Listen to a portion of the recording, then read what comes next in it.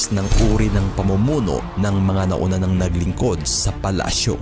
Bagay na siyang kinatatakutan ng iilan, ngunit tinangkilik at binigyang pugay ng karamihan. Taong 2017 nang ilarawan si Duterte sa isang pag-aaral bilang unusual reformist kung saan malayo sa tradisyonal na politiko ang katangiang ipinapakita nito. Bagay na si Duterte lang ang natatanging pangulo na walang pag-alinlangang bumangga sa mga oligarkiya sa bansa na umano'y dekada-dekada ng umaabuso ng dahil sa kanilang malawakang political power. Ilan sa mga binantaan ng pangulo ay ang mga negosyanteng sina Ayala at Pangilinan, pamilyang Lopez na hawak ang ABS-CBN, Lucio Tan na nagmamay-ari ng Philippine Airlines, Mighty Corporation na may 25 billion tax liabilities at marami pang iba. Kaya ngayon ay tatalakayin natin ang kwentong buhay ng binansagang pambansang tatay na si Pangulong Rodrigo Duterte at isa-isahin din natin ang ilan sa mga isinusulong na pagbabago ng kanyang administrasyon na hindi gaanong nais sa publiko.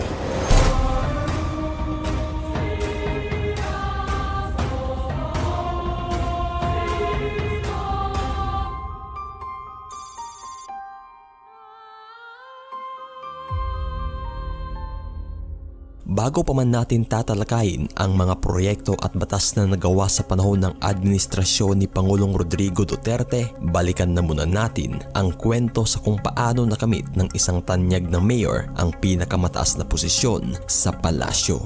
Nagsimula ang kwento noong March 28, 1945, araw nang ipinanganak si Rodrigo Duterte sa lungsod ng Maasin, probinsya ng Southern Leyte. Ang kanyang magulang ay kinilalang sina Vicente Gonzales Duterte na isang abogado at inang si Soledad Gonzales Roa na isang guro at civic leader na may lahing Maranao. Ang angkan ng mga Duterte ay kilala ng mga tanyag na politiko na nakabase sa Cebu. Ang ama ni Rodrigo Duterte na si Vicente Duterte ay dati nang naging mayor ng Danau, Cebu taong 1945. Taong 1949 nang lumipat ang pamilyang Duterte sa Davao kung saan dito na nagsilbing gobernador ang ama mula 1959 hanggang 1965 na kalaunan ay naging miyembro ng gabinete ni dating Pangulong Ferdinand Marcos bilang Secretary of Department of General Services.